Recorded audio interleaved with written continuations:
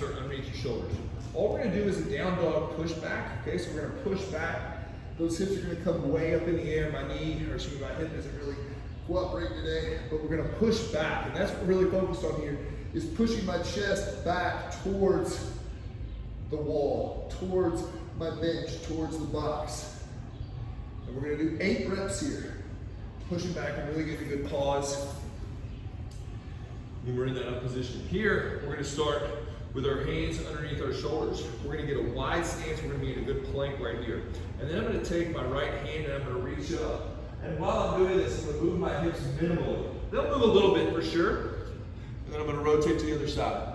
Also, I'm gonna keep active with this low arm. So my left arm here is active. I'm driving away from that ground, pushing myself up towards that ceiling.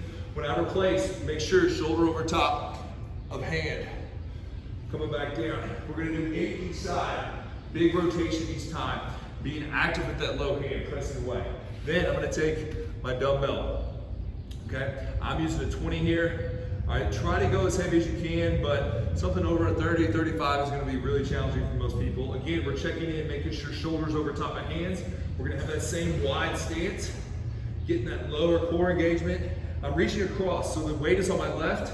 I'm reaching my right hand across, and I pick it up, and I set it down. So that's a big, important feature. We're not dragging it across. We pick it up and set it down. Try to bring it as close to that body as you can, actually lifting it up and bringing it towards your body, keeping those hips still. So in this one, I don't want my hips to move at all. So we have 8 each side. We start with 8 press backs, pushing your chest back towards the bench. Then we have 8 rotations, being active with that low arm and pressing that upper arm towards the ceiling. Minimal hip movement there. And then we're gonna reach through and pick up and then set down with no hip movement on those set throughs, okay? 8 each side here, 8 each side with the rotations, and 8 total. On our second circuit in this workout, we're gonna do the landmine press. So I have the landmine sleeve attached to the rack. You can buy the slip that goes into the bumper plates. You can have that home plate set up. You can really just stick the kettlebell, the landmine, the barbell into the corner. That works too. Get some towels in there and just put it in there. As long as you're not using too much weight, that should work. We're gonna have 2 hands here, okay? Holding your core tight, we're gonna press up. Now I wanna make this more of an upper body move than a lower body move, so I don't wanna get a ton of squat press. But if we need to get a little bump, especially towards those last reps and those last sets, we're trying to press up here. We can load this up pretty heavy, okay? You got both hands, keep that core tight, make sure those hips don't go forward. We're gonna do 8 to 10 on that. Okay, constantly trying to work up toward a heavier press. Now, ideally in this situation, we're going to be elevated. So you can put plates down, you could put 2 boxes down, whatever works best for you. And then we're going to hold a towel over a dumbbell or kettlebell. Either one works. You can hold it over the edge of one of the sides of the dumbbell or just through the loop of the kettlebell. I'm going to hold my towel thumbs down. So when I say thumbs down, I get an underhanded grip. My thumbs point down. We don't want a thumbs up grip, which would be this way. We're gonna go thumbs down. Load into your hips and butt, and again, I'm gonna be elevated, so I'm gonna stand on boxes and chair, whatever, and I'm gonna be elevated here so the ground won't be in my way. And I'm gonna row.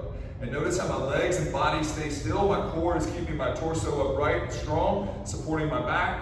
My legs are supporting the whole frame, and I'm gonna have a big row, squeezing those shoulder blades together, let them apart, hitting a big long reach. Okay, we're gonna do 10 to 12.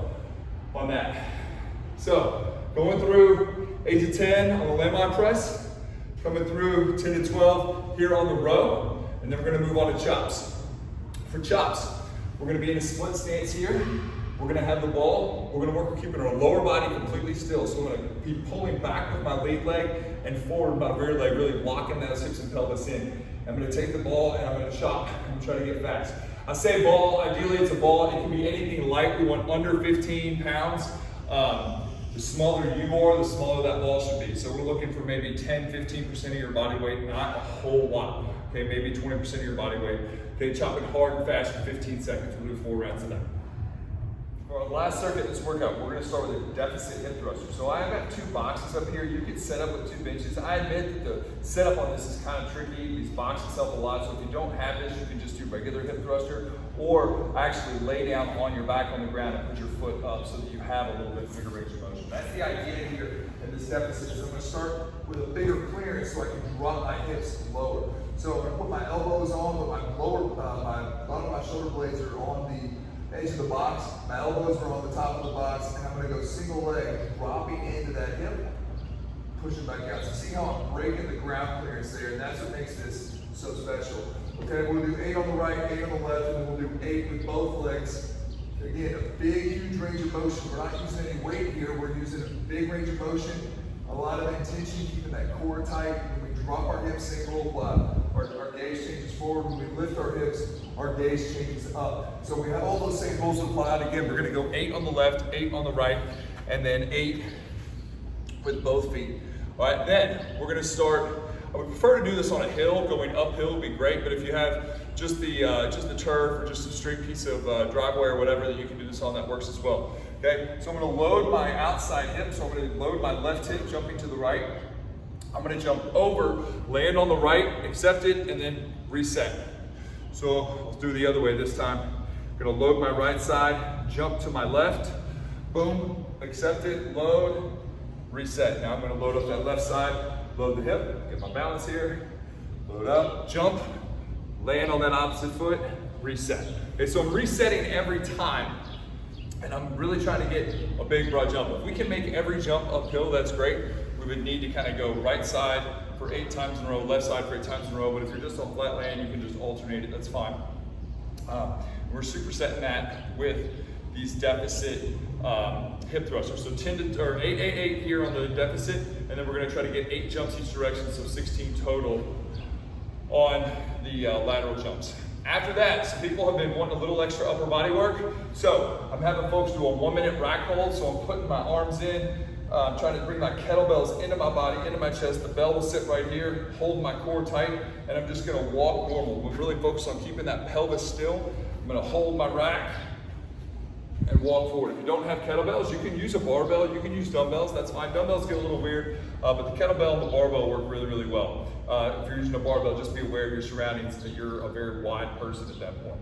So we're gonna hold that for a minute, and then we're gonna do as many pull-ups as we can with good form. So we wanna make sure that we're not slinging our body around and jerking up and kicking our legs everywhere. Just a nice smooth pull-up. If you're not able to do pull-ups, use that barbell at a lower height so that we're raising the floor up to us. Okay, and then we'll do 10 to 12 reps there. You'll be really fatigued again, policing yourself, making sure that that pull is coming all from the upper body. So we'll do 3 rounds of that. So 1-minute walk, and that rack hold will follow immediately by as many reps of pull-ups as you can. We'll rest for 2 minutes after that. We'll perform 3 rounds. All right, have fun.